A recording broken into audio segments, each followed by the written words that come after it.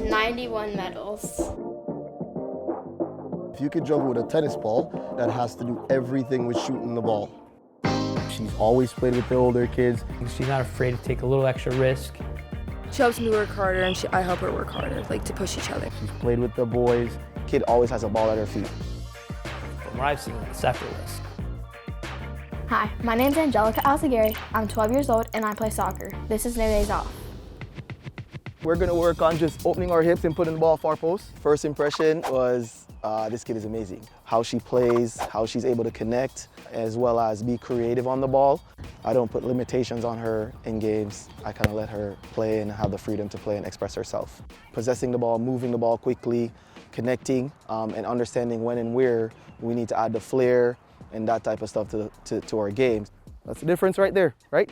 See what the goalkeeper is giving you. Yep, go, get there and finish, head down. I play the 10, which is a center attacking mid, which means like you're higher up the field. So like you can score goals, play the strikers and stuff like that. But I also play the 6 when you're deeper back, so I can get on the ball more and just pass the balls out wide. As much as possible, you want to replicate game-like situations. If we're just kicking in an empty net, it's not really game-like. She remembers where the goalkeeper steps, the angles the goalkeeper took. When she goes into the game, it's the same application, muscle memory. She's going to strike the ball the same way, hopefully. And I think for us right now, having a goalkeeper challenges her a little bit more because now she has to place a lot more emphasis on how she strikes the ball, where she puts the ball. I like stopping people's shots and like helping us win the game and stuff. I met Ariana. Our team actually played against her team. They were from Kentucky. I remember her being a good keeper, being able to save a lot of shots. It was a really competitive game, and she was like super good, so it was like really hard to block her shot. In the first half of the game, she had stopped so many shots, and she was playing against Angelica at this time. So our coach was like, we should get her because she's really good. I want to score on her. She wants to save the shot. We motivate each other. She motivates me to keep pushing, and I motivate her to keep pushing. Usually we'll play soccer and we'll just do like 2v1s with my sister. We'll always switch teams and make it different, so it's more competitive. Usually we just play like 5 and then we'll switch teams. We broke that thing. We broke this whole board. There's a lot of holes in the walls. We knocked this thing down. There's lots of broken items and they are highly competitive kids. They just rile each other up. We're down here every day. Tight space is kind of like futsal. Super small space. Beating players one-on-one. Self-discipline, if she can't get something, she'll keep working on it to try to build that mastery, and she'll be practicing with balls in the living room till she figures out how to do that skill that maybe she saw on YouTube or something. It's easier for coaches to attach their name to what she's doing. It's really just her that's doing it. When she's out there, she's enjoying it, right? Like it's in her domain, and she's got genuine, passion for the game. So right now we're just setting up our speed and agility.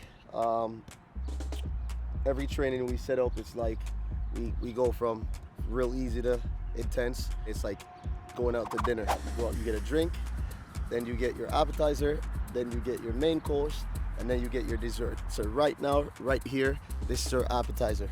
We do this every session. We juggle for 15 minutes, 5 minutes with a tennis ball, juggle.